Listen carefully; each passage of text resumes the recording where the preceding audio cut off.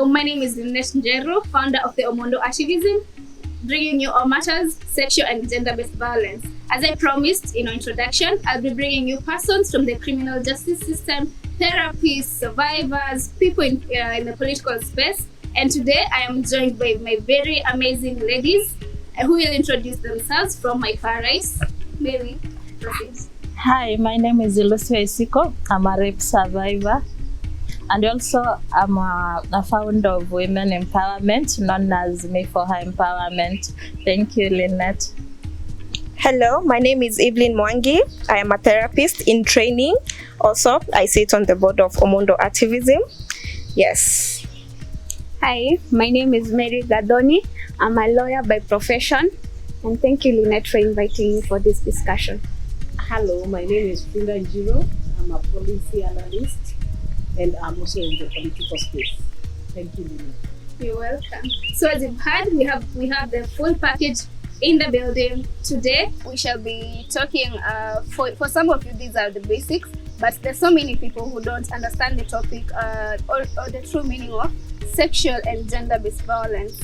So but there are very many definitions of sexual gender-based violence, and I'll ask Lucy, for you, when you hear the word sexual and gender-based violence, what comes to your mind? Okay, what comes into my mind is it's when someone or a perpetrator violates your rights, or they get into your privacy, or they harass you. Mm-hmm. Yeah, that's what it means. Mm-hmm. Sexual harassment. Mm-hmm. Yeah, but about GBV, it's a broad definition which has so many forms of violence. One, there is physical, there is emotional, there is psychological, there is abuse, verbal, I mean. Yeah, so there's so many forms of violence. And there is also financial and economical violence, whereby someone wants to control you. First, they will have to control you financially. You won't be able to get money, and then that way they will be able to control you and manipulate you. Yes. Yeah, sure. Mary, from your sides.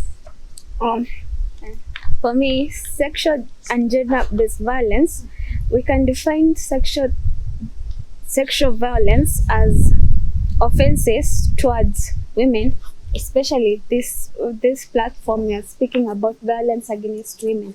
The gender here being women, right? So the sexual can be rape, attempted rape. Those are offenses.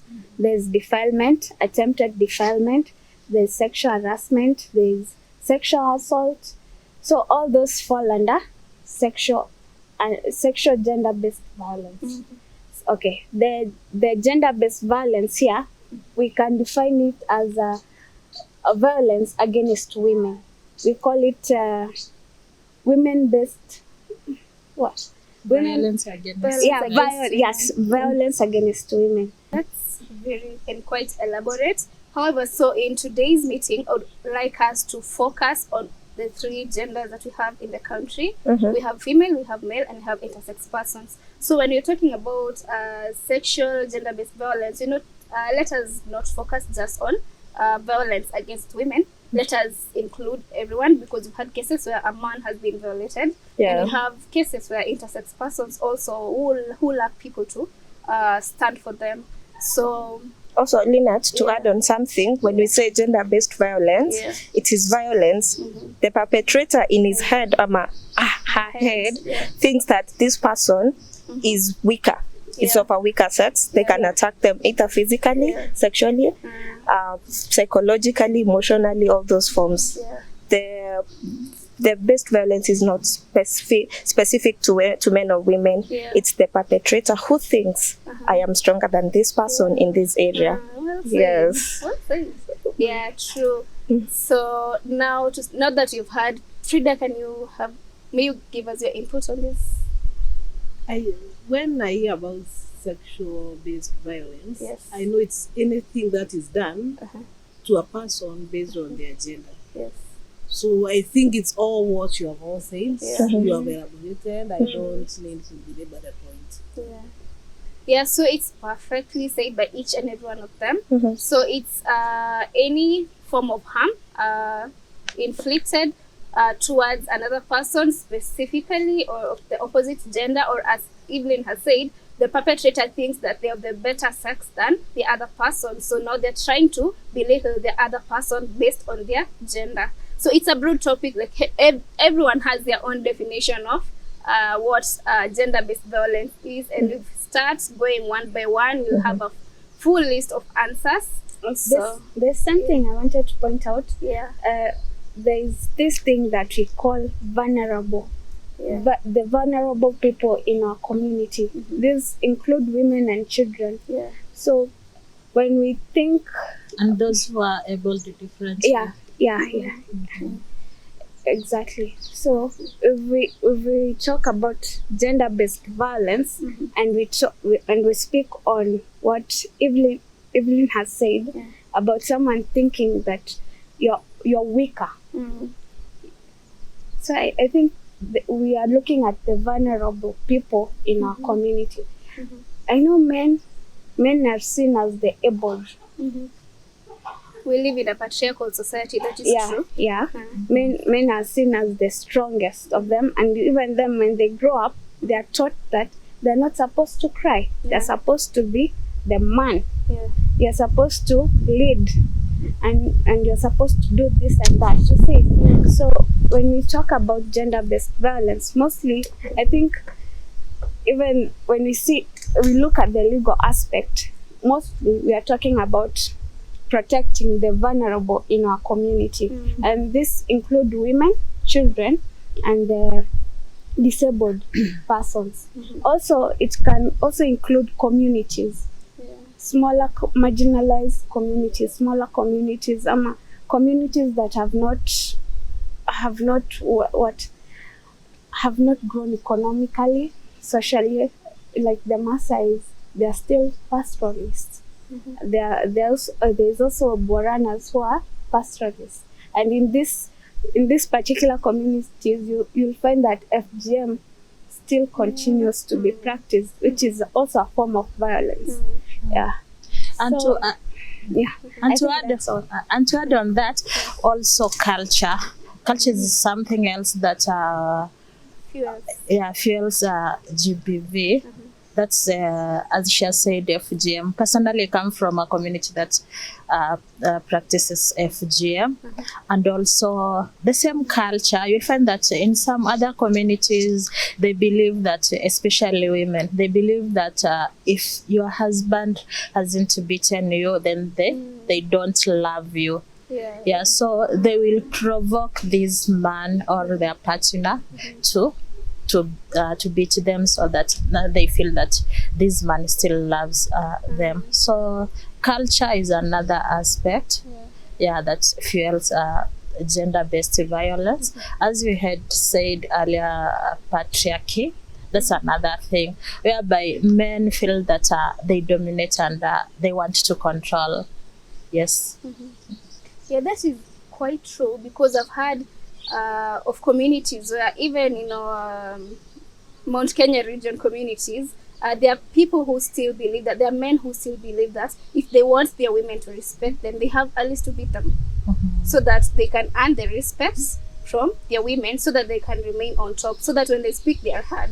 So, and also we find that these are some of the things that make, whenever a woman is trying to rise ranks within the home, and maybe she seems like she's getting better positions at work than the man, so this man will try to pull her down. It's still the same aspect of traditionally, where the man would beat the woman just to make himself remain relevant as the head of the family. Because he feels inferior when a woman is out there working, and they feel insecure. Yeah, so that will, and we saw that even during the COVID.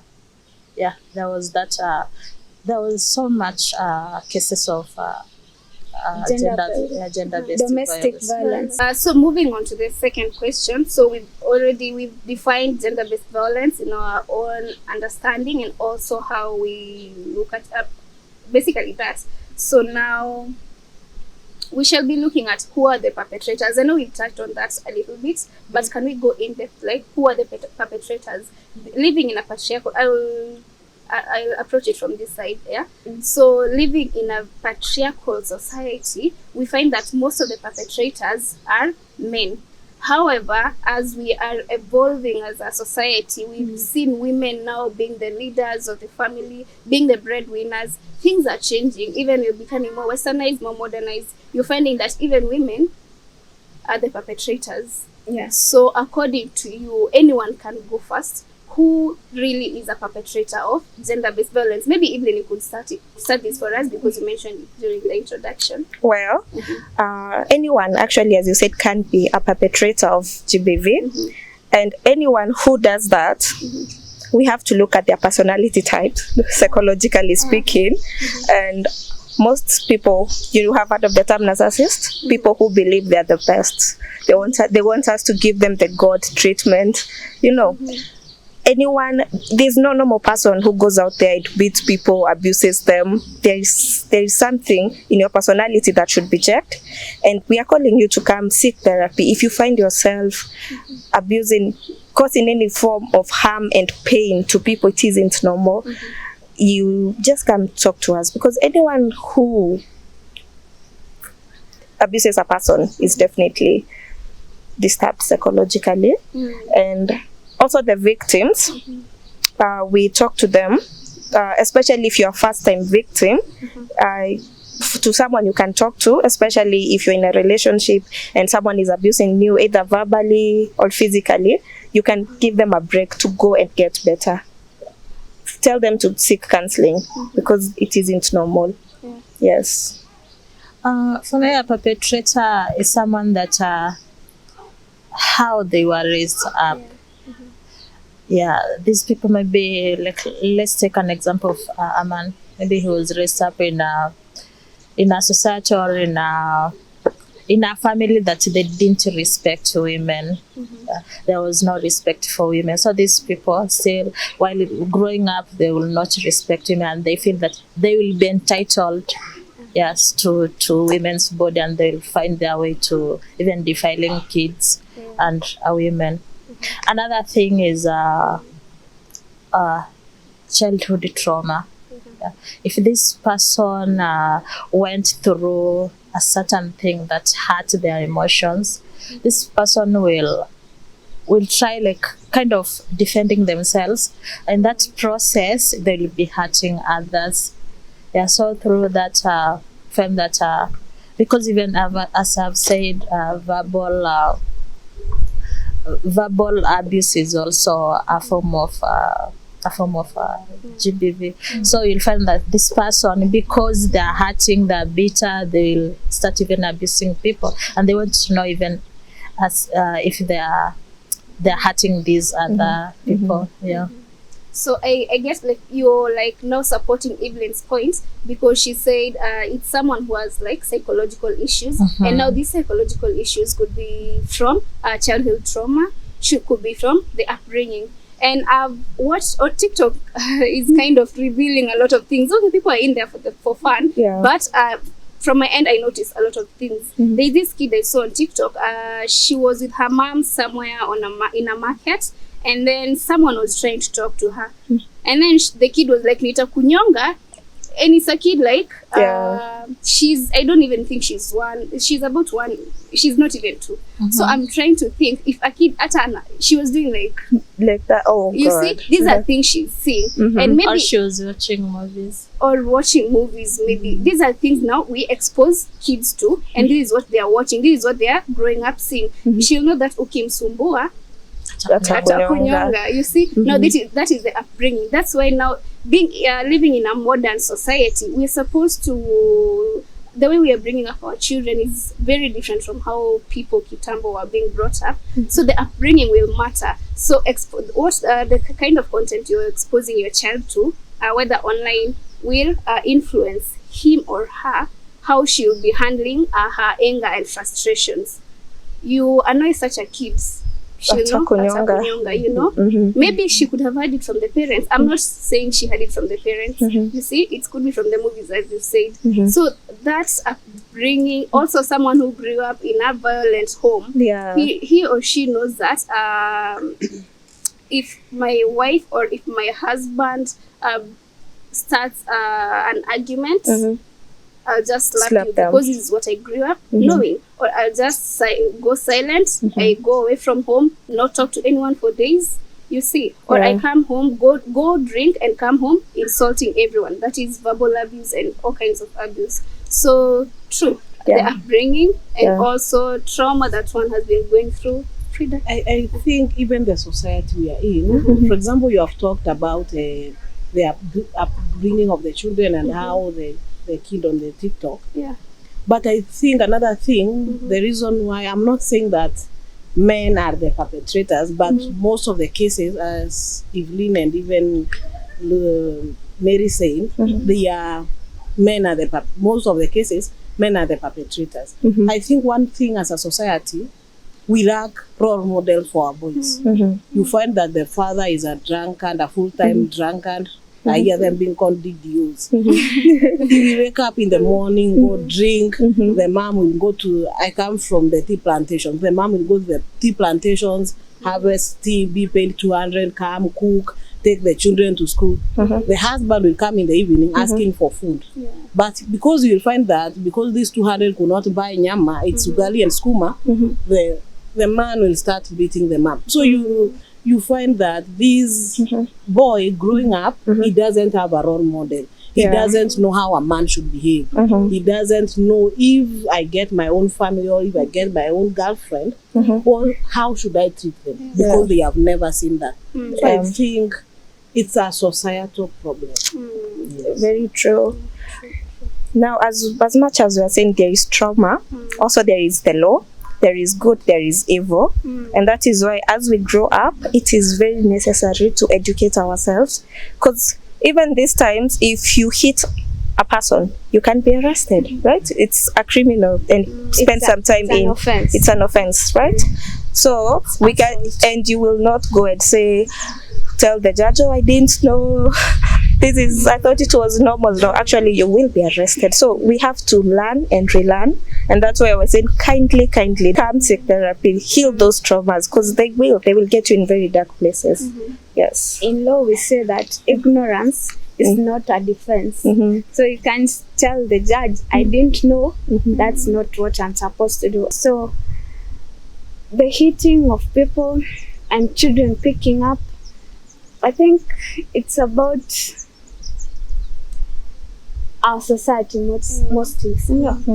But in legal aspect, what I like to define a perpetrator as is someone who violates your human rights, violation of your rights and the fundamental rights. Someone who infringes on those rights is a perpetrator to me, by law. To add on what Evelyn said about therapy, it's good to seek for therapy. But again, we live in a judgmental society. We fear sharing what has happened to us or what happened some years back in our life, because one, we are not sure if people will believe our stories. They will always accuse us that it's a lie. Another thing is that therapy is expensive. Personally, I've done therapy for good 2 years, and the cheapest person I got was charging me 2,500 per session, and I used to go for twice a week. So you can imagine I used to spend 5,000 shillings a week. And there's also transport. There is transport, so it's expensive. Maybe now we can find a way of getting affordable therapy, therapists, and also we encourage people to share their stories. They can even, if they fear, they can They can even create pseudo accounts in social media. You Yeah. know, when you share this, you feel that there's something that you have lifted from your heart. Yeah. Yeah. So, yeah, that is it. Yeah. Yeah, sure. So now looking at it from that angle, can we say, can we confidently say that somehow or in a big way, the society has a big role too in enabling the perpetrator? Because in the society that we live in, we'll see that these local authorities, there's a victim. There was a victim in the village, and then the perpetrator is a friend to the local authority. Yeah. You see, a case happens, wanaonana kando, that case is dismissed. Also, we grew up in a society where we see men and women, a man and a woman in the streets, they are fighting. What will people do? We live in a technology. Take video. Take videos, it trends, you know. No one is helping. Like, haven't you seen people, like, a bad scene, an ugly scene? You wonder someone was had taking time to those record, pictures? but there isn't anyone there to help. We've seen such cases. Or that kid I gave an example of. If it's the parent who uploaded that video, you see, like, you'll be encouraged to post similar videos of maybe your child saying something nasty again just to entertain people. Or if it's the society, the people around were actually laughing at what the kid was saying. They thought it You was see? funny. So they thought it was funny. So you see, they're encouraging this kid, and the kid feels like, oh, so nimefanya kitu nzuri. So you see, does the society has a role to play? Yeah, most definitely. Yes. To me, the society is everything. Yes. Because you know, let's say you start from a home, but you grow up in a society. We expect where our kids grow up into, it should be a safe place. A safe in terms of that, the content they get, the content they express is something that is normal and healthy. But now we need, like I say, we need to do a whole overhaul of our society, because you find that the things that we see are interesting. To me, really, like now that video, to me it would not have been that funny. Yeah. Yes. But you see, the current society we live in, raising kids has become a personal thing, unlike kitambo when mtoto kama huyo angechapwa. But right now, kila mtu, you can't beat my kid hata kama amefanya makosa. So you see, people will still laugh and go their way, because this kid is supposed to be disciplined by the parents, not the community as it used to be.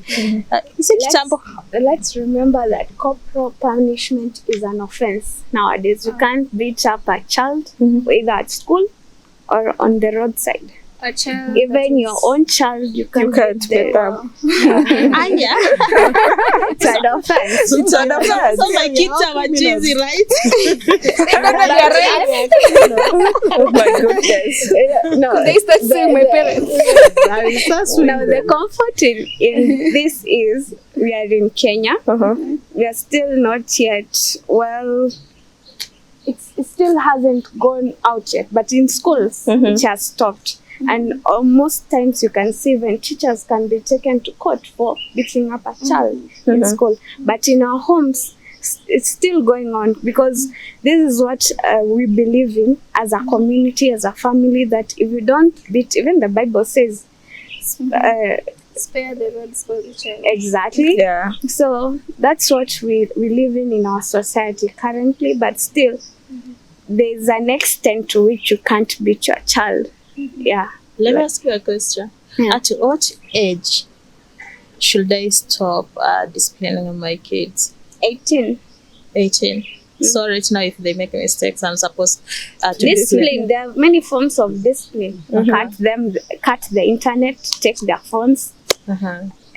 Tell them you're not going to play with your friends. You're going to sleep at this hour. You're not going to watch your favorite show. But you cannot cane them. Caning them, you can, but not severely. Legally, it's an offense. Illegally, It applies in Africa, because also we need some Legally, it's an offense. But you see, I think some judges, magistrates will will understand when you're disciplining a child. But there's cases where you have broken your child's legs, hands. You have deformed their faces. Yeah. So we discipline them with love. Usifanye hivyo tena. But I don't know whether it will apply in African setup. In short, what I will say is this: corporal punishment is not allowed in Kenya, but it does happen. But if you must punish your child, if you have to beat them up so that they be upright people in the society, do so reasonably. Don't break them. Don't torture them psychologically with the physical beating and the verbal abuse. Just be reasonable. Give them a reasonable amount of beating. Yes. Yeah. So I agree with that. What are the forms of gender-based violence? Sorry. I think there is rape, which is the most common. The rape I hear maybe Evelyn, our counselor, may elaborate on that. But I hear there are many types of rape. But there is rape, there is things like this physical beating, all those, and many more. We also have emotional and psychological. We have verbal. We have financial. And as Evelyn has said, technological one, which is cyberbullying, which is very common, especially on social media. Yes. It's not also only on social media, also on your phone. When your partner constantly keeps on calling you and you're at work and you need to work, they keep on calling you, nagging. It's actually so much more. Also sending text. Yes. Well, you are not supposed to be having your phone, but they know that, but they do so just to disturb you. And these ones who put trackers on your phone so that they can... that's also a form of technological violence. Yes. Okay, if it's about safety issues where partners must have trackers, okay, but if it's if they're doing so so that they can just Monitor you without your knowledge, then that is an offense. Not, I don't know whether it is an offense because they have violated your privacy. Yes. What stalking? Stalking is because... Stalking on social media is, unless it is actually, I don't think it is. It is. You're not supposed to stalk someone. Looking at their profile pages. No, you can open a pseudo account to stalk your partner, and then you pretend to be someone else. So you're just monitoring them. You can also violate their social platforms by having their passwords or having this what are they called? Applications where they can open your social media without your knowledge. Hacking. Yeah, that's hacking. Hacking. Yeah, I think that's stalking. Otherwise, when we talk about stalking, there is the not so serious stalking, because when you meet a person, you want to know about them more. You might, if this information is public, you can look at them. If you want to go to their pages, that's not stalking. That is. So that is just inquiry. You see, you didn't need to hide your identity to look up on them on social media. But stalking, where you know a person and then you open a pseudo account so that you monitor them. What if you're just monitoring without doing anything? Sending threats? Is that still a crime? Them? Sending threats Without does it? Where do you draw the line? How when it's stalking too much, where you should be to a point of where you should be concerned? Because I can be stalking you, like Evelyn was saying. I'm stalking you, but I'm doing nothing. I just want to know where you are, so that maybe when you come home in the evening, I ask you where have you been? You tell me you're in this place that I know you've been. But that's being Somewhere insecure. else. Yes. That's being insecure, and that's why you are stalking this person. If you don't have any issues, why would you stalk someone? Or they are going somewhere and then they find you've already reached there.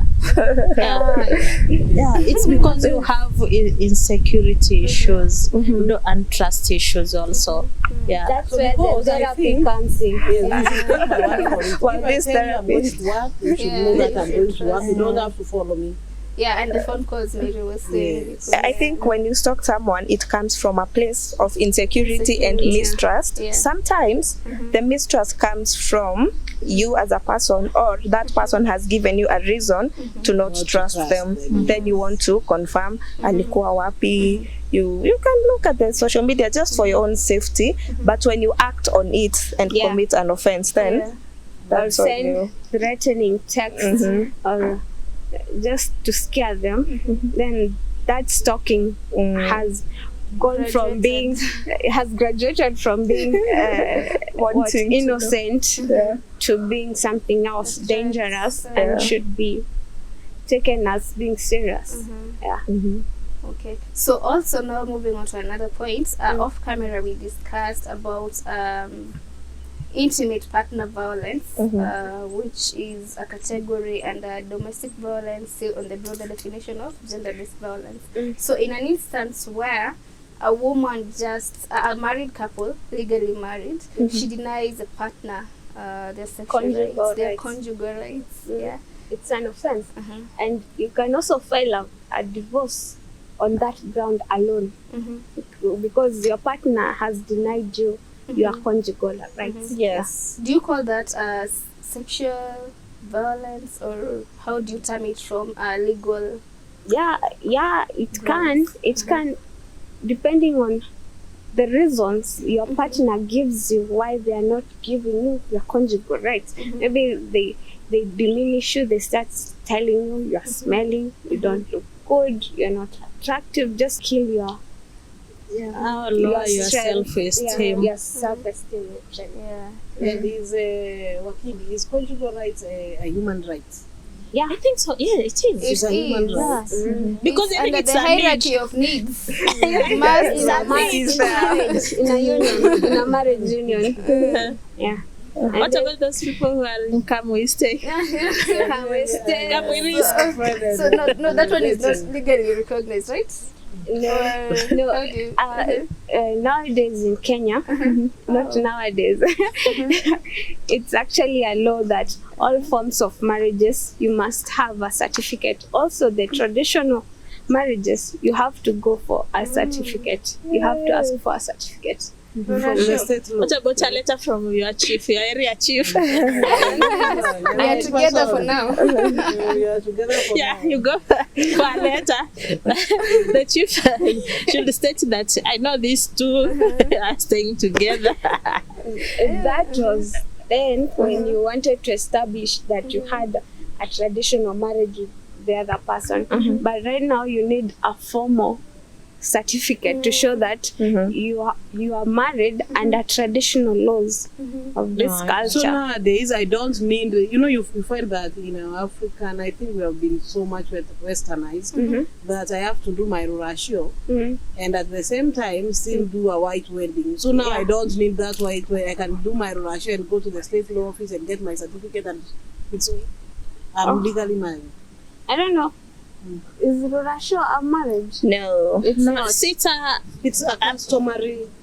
payment of dowry. I think it's payment of dowry. It's Because we did all things that. It's a traditional wedding. Yes. Russia is Yes. a traditional wedding. It is a traditional wedding, but it is not recognized by the government because you don't have the certificate. No, you can still you can still take it as a customary marriage and then go for the certificate. Yeah. So it will be showing that I'm married to so and so under customary laws. Oh, so, but I think Wakili, now a problem comes.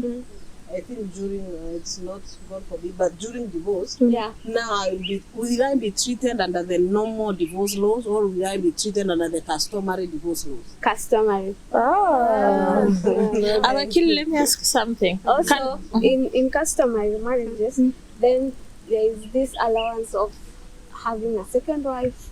You see, Hey. there's the church regime also, where it states that a husband can't have a second wife, 2 wives. So like now when I get married, Unless- I'm just opening my marriage unless for he- polygamy. An open marriage. But It's a an open husband, marriage. but see, a husband can be, his first wife might be under customary law, and then the second wife can be under the Christian law, Oh. a Christian marriage. And But the what other if one the- can the be under second the- wife- Oh, it's You draw the line after the Christian marriage.